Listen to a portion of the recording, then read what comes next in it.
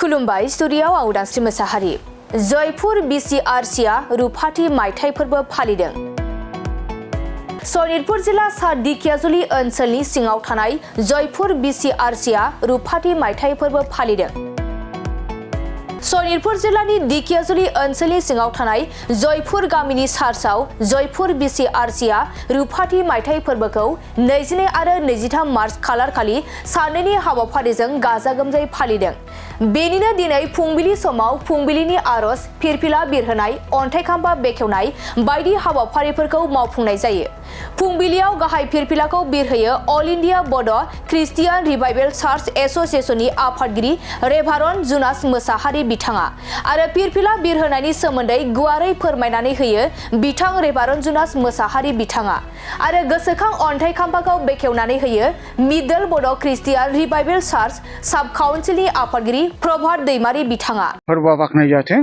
दिनै बेबायदिनो आंखौ जोंनि बे जयपुर मण्डलिनि 25 बोसोरारि जे जथुमा जे रुफाथि फोरबो जथुमा बेवहाय बिथांमोना हांख्रायनायनि थाखाय आं सफैनो हादों। बेनि थाखाय आं इसोरखौ हामबायहोदों आरो बिथांमोनखौबो हामबायहोदों आरो नोंथांमोननि बे माबानि गेजेरजों मिडियानि गेजेरजों आं बेखौनो बुंनो हास्थायदों जे बिथांमोननि गासै हांख्रायनायनि गेजेराव आं मोजाङै सफैदों आरो दा आं बाहाय दङ आरो। जोंनि बे ख्रिस्टियान रिभाइभेल चार्च एस'सिएशना 1986 7 फेब्रुवारियावहाय बेयो जागायजेननाय जादों आरो बिनि मुंखौ जोङो अल इन्डिया बड' ख्रिस्टियान रिभाइभेल चार्च एस'सिएशन होननानै मुंख'नाय जायो आरो जोंहा बेबायदिनो बे गासैबो एस'सिएशना अलरेडि जोंहा गभर्नमेन्ट रेजिस्टार जाखाबाय आरो दङ आरो बेबायदिनो जोङो दिनै जोंनि आन्दाराव नैबे जयपुर मण्डलिया जादों आरो। दिनैहाय धोरोमा जोंनि थाखाय बयनिबो थाखाय गोनांथि, माने धोरोमा जोंनि थाखाय मा होनो मोदोमावबो थांनानै थानायाव आरो जिउआव दिनै जोंखौहाय गोख्रों खालामो, खौसेथिखौ लाबोयो। जेखि धोरोम लाया मानो दिनैहाय जायफ्रा धोरोमखौ लायो बे धोरोमनि ओंथिखौ बयहाबो दिनैहाय मोनथिगौ। दा बेनिखायनो जोंनि ख्रिस्टियान रिभाइभेल बे जयपुर मण्डलियाबो बा एस'सिएशनाबो जोङो दिनैहाय जोंनि जिउ सिरि मोननाय ख्रिस्टियानफ्रा जाहाथे जिउआव जोङो गोदान जानो हायो आरो बेबायदिनो जों गोदान जानानै मोजां आखल आखुजोंहाय जों जाहाथे इसोरखौ सिबिलांनो हायो, बेनो जोंनि थांखि। दिनैहाय जोंनि अल इन्डिया बड' ख्रिस्टियान रिभाइभेल चार्च एस'सिएशना बेबायदिनो मोनब्रै कालारनि बेबायदिनो फ्लेगखौ बासिनानै लानाय जादों आरो बे जाबाय सिगाङावहाय गोथां गाबनि दङ आरो बे गोथां गाबा जाबाय गासैबो जोंनि बेबायदिनो गोरोबनानै थानाय बयजोंबो जाथि हारि राव भाषा बेनि जेबो माबा गैया, नाथाय जोङो बयबो जोङो गोरोबनानै इसोरखौ खौसे जानानै खुलुमनाय आरो दिनै बेबायदिनो गेजेराव दङ जाहैबाय गुफुर गाबनि आरो बे गुफुर गाबानो जाबाय जोङो धोरोमखौ लानायजों लोगोसे जोंहा मोजां आखल आखु जानांगौ, मोजां सोलिनांगौ, बेबायदिनो पबित्र जानांगौ जोंनि गोसोफ्रा, बेखौहाय बेयाव बेखेवनाय जादों। पबित्र जानानै जोङो थानांगौ आरो थामावहाय दङ जाहैबाय दिनै बेनि गोमो गाबनि आरो बे गोमो गाबानो जाबाय जोङो जे बर' हारिया मोनसे बेबायदिनो मंगलिया हारि। दा बेनिखायनो दिनै बे गाहायाव जोङो गासैबो मा होनना बुंदों बे गाबजों गोरोबहोनानै जोङो मंगलिया हारिनि मोनसे बे मंगलियानि जोंनि बे गाबनि फिरफिलाखौ होनाय जादों आरो गेजेराव मोनसे दङ जाहैबाय जे क्रुसनि निसान, क्रुसनि मोनसे सिन आरो बे सिनानो जाबाय जे जिसु ख्रिस्ट'आ जोंनि पापनि थाखाय बे संसाराव फैदों आरो बेबायदिनो बियो बे क्रुसावहाय बियो आलाय जादों, बेनो जोंनि आरो बे क्रुसनि सायाव थैनानैनो जिसु ख्रिस्ट'आ बे हाखराव फबजादों आरो सानथामनि उनाव बियो देरहासार जादों आरो बे क्रुसावनो गासैबो जोंनि जे दुखु खस्थ' जे जोङो पाप मावनाय मानसिया जे पाप मावो आरो पाप मावनानै पापनि फिथाइखौ जों थैनायखौ मोननो हायो आरो बे पापनि फिथाइखौ मोननायनि अनगायै दिनै जिसु ख्रिस्ट'आ जोंनि थाखाय बेबायदिनो बासायजानायनि लामाखौ बे क्रुसनि गेजेरजोंनो जोङो माने मिथिहोदों आरो जोंनो खोन्थादों।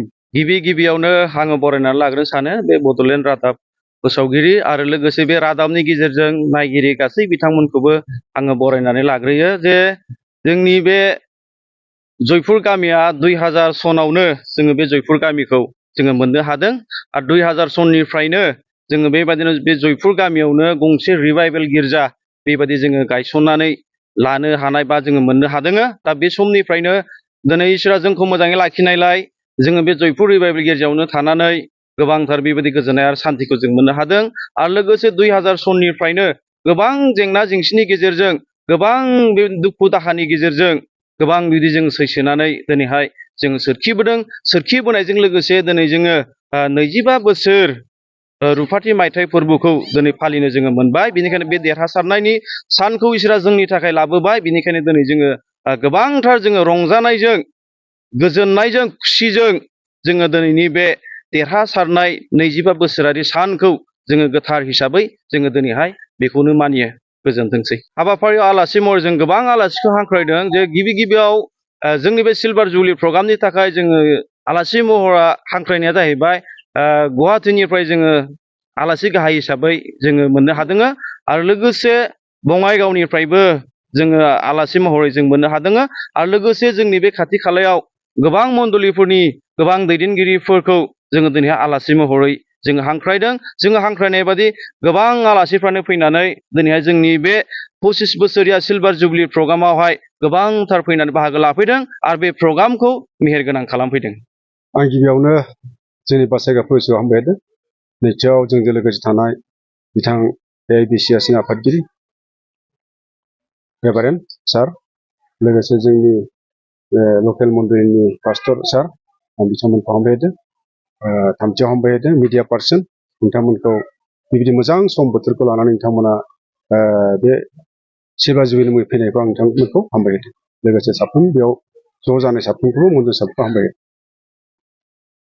खोथाया जाबाय मा, बिथांमोना 2000 बोसोराव बिथांमोननि गिर्जा जयपुर BCRC अर्थात जयपुर बड' ख्रिस्टियान रिभाइभेल चार्च, AIBCRC अल बड' ख्रिस्टियान रिभाइभेल चार्च एस'सिएशन, बिथांमोननि आन्दारावहाय 2000 बोसोराव बिथांमोना बे मन्दिरखौ गायसनदों आरो गायसननायनि मुङै बिथाङा गोबां सैसोनायनि गेजेरजों, समस्यानि गेजेरजों, गिनाय गाबनायनि गेजेरजों, मावनायनि गेजेरजों बिथांमोना बे सम 25 बोसोर समालागै बिथांमोना मोनदों। रंजानायजों खुसिजों बिथांमोना बे रुफाथि मायथाइखौ खुंदों। दिनै बे तारिखआवहाय 23/3/2025 बे समखौ लानानै बिथांमोना खुंदों। जों गोजोनदों आरो बिथांमोनाबो गोजोनदों आरो जोंबो खुसि जादों। आरो बिनि गाहाय ओंथिया जाबाय मा, जायफ्रा 2000 बोसोरनिफ्राय दासिम 2025 लागै जेसेबांनाखि मावनायनि गेजेरजों, सिनायनायनि गेजेरजों जायफ्रा बेखौ गायसनदों, जायफ्रा खस्थ' खालामना गायसनदों, जों बिथांमोनखौ जों अन्थाइ खाम्फाव नुनो मोनदों। आरो बिथांमोना मुङा जाबाय, आङो खोन्थाहरनि, अतुल बसुमतारी, रुंसारि महेन्द्र बसुमतारी, रुंसारि राजु बसुमतारी, राजु गयारी, पास्टर बिस्वजित गयारी।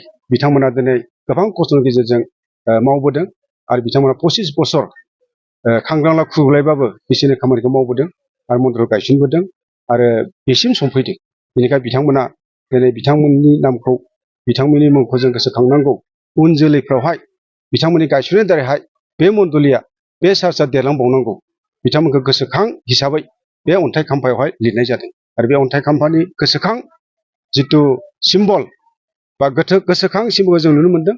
बे नुनो मोननाय बायदि इयुनावबो उन जोलैफ्रा, गथ' गथायफ्रा बिथांमोनखौ गोसोखांनानै बे खामानिखौ मावलांगोन आरो आवगायलांगोन आरो बिथांमोनाबो बे खामानिखौ मावलांगोन। बेखौ गोसोखांनानै गोजोननायजों लोगोसे, उत्साह जानायजों लोगोसे उन जोलैयावहाय उननि समफ्राव एनकारेजमेन्ट अर्थात गोसो दुंनो होनो थाखाय बे अन्थाइ खाम्फाखौ दोननाय जादों आरो गोसोखां हिसाबै बेखौ लानाय जादों।